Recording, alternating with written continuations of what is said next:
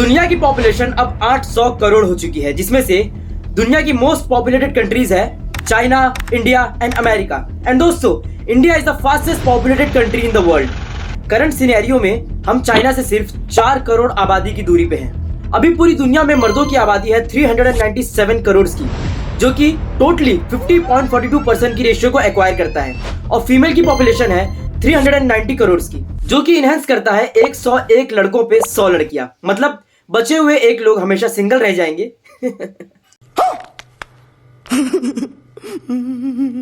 दुनिया में बढ़ती हुई पॉपुलेशन की वजह से कौन कौन सी दिक्कतें हमें फेस करनी पड़ेंगी? Water shortages, waste creation, increasing in pollution.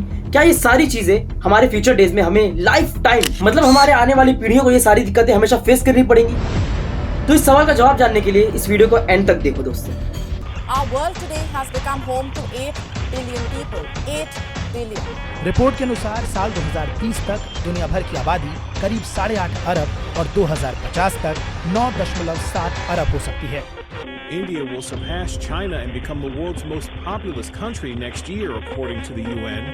So guys, जानते हैं पॉपुलेशन के फैक्ट्स। आज की डेट में डेथ रेशियो टोटली हाफ है as compare to birth ratio. मतलब अगर 2 लाख लोग रोजाना पैदा हो रहे हैं तो उसमें से 1 लाख लोग रोजाना मर भी रहे हैं। WHO की रिपोर्ट के अनुसार यह अनुमान लगाया गया है कि बाय द ईयर 2030 हर 6 में से एक इंसान 60 इयर्स का हो जाएगा। मतलब उस टाइम की पॉपुलेशन के 16.66% लोग सीनियर सिटीजन हो जाएंगे। अगर आज की पॉपुलेशन के साथ कैलकुलेट किया जाए तो 132 करोड़ 40 लाख लोग एक एवरेज लाइफ जी लेंगे, जिससे कि बाय द ईयर 2050 हमें डेथ रेशियो बहुत तेजी से ग्रो होती हुई दिखेगी। एक आधी पॉपुलेशन ठपक करके गिर जाएगी। Let's look at the population graph. India की बढ़ती पॉपुलेशन से हमें क्या फायदे और नुकसान होंगे, चलिए जानते हैं। तो दोस्तों, सबसे पहले मैं बात करूंगा एडवांटेजेस के बारे में। So the first point is increasing in labour force to produce more goods. मतलब जब पॉपुलेशन ग्रो होगी तब लोग नौजवान होने लगेंगे, और जब नौजवान होने लगेंगे तब लेबर फोर्सेस की जो चीजें हैं, जहां पर गुड्स को प्रोड्यूस करने के लिए जो रिसोर्सेस लगती है, जिसको फुलफिल किया जाता है मैन मेड रिसोर्सेस की वजह से, तो वहां पर लेबर फोर्सेस की बहुत ज्यादा डिमांड क्रिएट होगी, और जब डिमांड क्रिएट होगी तो लेबर्स को बहुत ज्यादा काम मिलेगा, जिससे कि गाइस लोगों को रोजगार मिलेगा और कंपनीज का भी बेनिफिट होगा।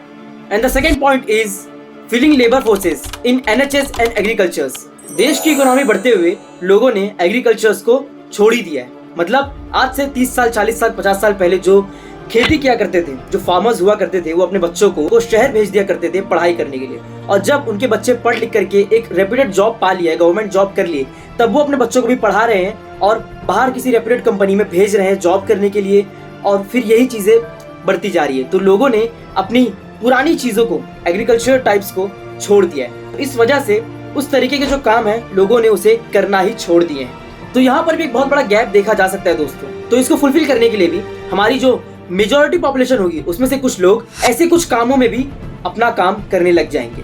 And the third point is guys increasing tax revenue.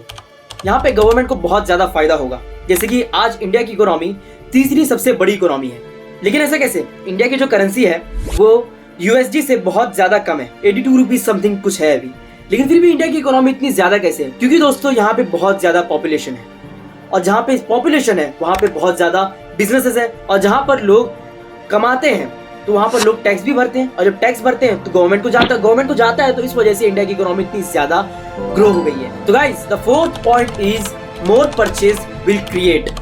मतलब जब पॉपुलेशन बढ़ जाएगी तब लोग बहुत ज्यादा प्रोडक्ट्स खरीदने लगेंगे। बढ़ती पॉपुलेशन के लिए जब उनके बच्चे पैदा होंगे तब उनके वो देख रेख के लिए, उनके खाने पीने के लिए, उनकी जो डेली लाइफ चीजें हैं उसको खरीदने के लिए, इवन टॉयज से लेकर के उनके कपड़े तक, पेरेंट्स जो है वो अपने बच्चों के एजुकेशन पे खर्चा करेंगे, अपने बच्चों के पहनावे पे खर्चा करेंगे, अपने बच्चों के लाइफ स्टाइल मेंटेन करने पे खर्चा करेंगे, और उससे बहुत ज्यादा फायदा होगा बड़े बड़े ब्रांड्स और बड़े बड़े कंपनीज के लिए दोस्तों। And the fifth point is guys help mitigates effect of an ageing native population. मतलब जहां पर जिस देश में लोगों की जो उम्र है वो ज्यादा बढ़ने लगेंगी, मैंने जैसे आप लोगों को बताया कि बाय द ईयर 2030 6 में से एक बंदा 60 इयर्स का हो जाएगा, मतलब सीनियर सिटीजन हो जाएगा, तो वहां पे उस देश को नौजवानों की बहुत ज्यादा नीड रहेगी। तो इस वजह से जब लोग ज्यादा पैदा होने लगेंगे, पॉपुलेशन जैसे क्रिएट हो रही है, तो लोग अभी जो पैदा हो रहे हैं तो वो एक वक्त पे आने के बाद जवान भी हो जाएंगे। तो उस वजह से जहां पर बहुत ज्यादा यूथ होगी उस देश को बहुत ज्यादा फायदा होगा उसकी इकोनॉमी ग्रो करने के लिए और उस देश की आर्म फोर्स को मजबूत करने के लिए। अब आप लोगों के दिल में एक सवाल आ रहा होगा कि ये सारे एडवांटेजेस हमारे लाइफ में, हमारे रियल लाइफ में ग्राउंड लेवल पे किस तरीके से अफेक्ट करेंगे। एक आम इंसान को किसी भी तरीके से इस पे फायदा नहीं है, हमें बहुत ज्यादा कंपटीशन देखने मिलेगा। तो यहाँ पे डिसएडवांटेजेस का पॉइंट भी आप लोग अच्छी तरीके से सुन लो। So the first point is problem of expensive housing. बढ़ती पॉपुलेशन को देखते हुए जमीनों की कीमत बहुत ज्यादा तेजी से ग्रो हो जाएगी, मतलब रियल एस्टेट बिजनेस बहुत ज्यादा तेजी से बूम हो जाएगा दोस्तों। और यहाँ पर जब लोगों के पास शेल्टर नहीं होंगे तब लोग पैसे ज्यादा दुगना तिगने दाम पर भी जमीन खरीदने के लिए राजी होंगे।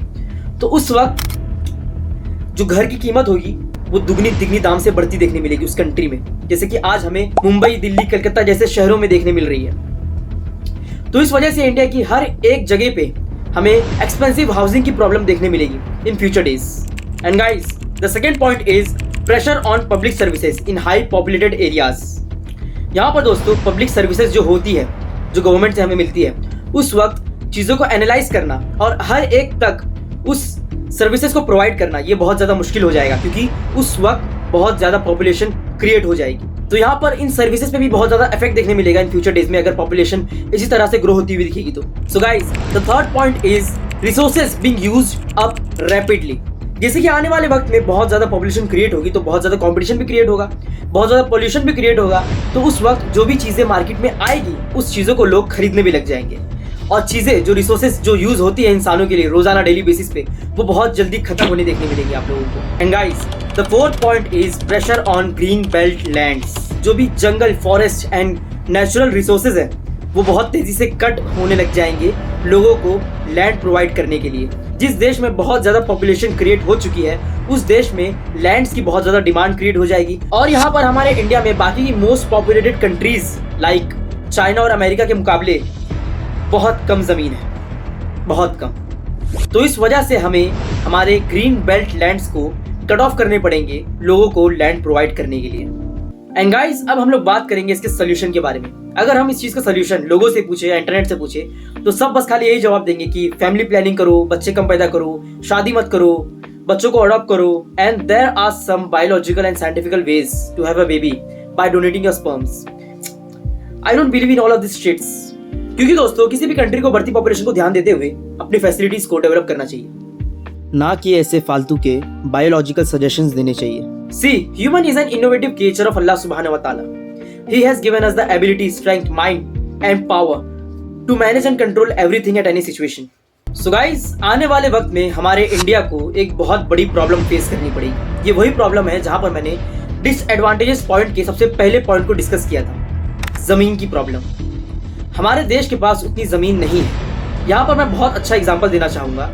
30 मार्च 1867 में यूएसए ने रशिया से 6 लाख स्क्वायर मील्स खरीद लिया था, सिर्फ $7.2 मिलियन की पेमेंट पे, मतलब आज की रेट के 62 करोड़ रुपए में। और 6 लाख स्क्वायर मील कितना होता है दोस्तों? आधा इंडिया। तो यहाँ पर अपने इंडिया को भी ऐसे ही कुछ जमीन को एक्वायर करना पड़ेगा, या तो फिर टेक्नोलॉजी की मदद से लैंड्स क्रिएट करने पड़ेंगे। गाइस, यहाँ पर हमें लैंड रिक्लेमेशन की टेक्नोलॉजी यूज करनी पड़ेगी। I mean to say land reclamation is a process to create a land over the sea और फ्रॉम द सी। हाँ, मैं जानता हूँ इसकी कॉस्ट बहुत ज्यादा हो सकती है, मगर गवर्नमेंट को टैक्स भी तो दुनिया की पॉपुलेटेड कंट्री से आ रहा होगा।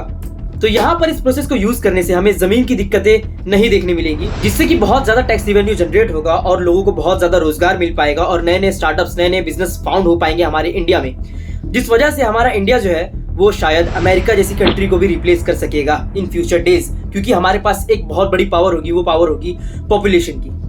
सो इस पॉपुलेशन को किसी डिसएडवांटेजेस की बजाय एक एडवांटेज लेकर के हम यूज करें तो हम वर्ल्ड की सबसे ज्यादा बड़ी ताकत बन सकते हैं दोस्तों। तो आज के लिए इतना ही इस वीडियो से। आई होप आप लोगों को बहुत कुछ समझ में आया होगा। अगर आया हो तो do like, comment, share, subscribe to this channel. And मेरा एक और चैनल है अंसारी की ब्लॉग्स, जहाँ पे मैं डेली लाइफ ब्लॉग्स अपलोड करता हूँ। तो दोस्तों उस चैनल को भी आप एक बार एक्सप्लोर कर लेना एंड सब्सक्राइब करते हुए जाना। खुदा हाफिज़, फिर शब्बा खैर, दुआ में याद रखना। मिलते हैं कल किसी नई वीडियो में। चलो चलते हैं।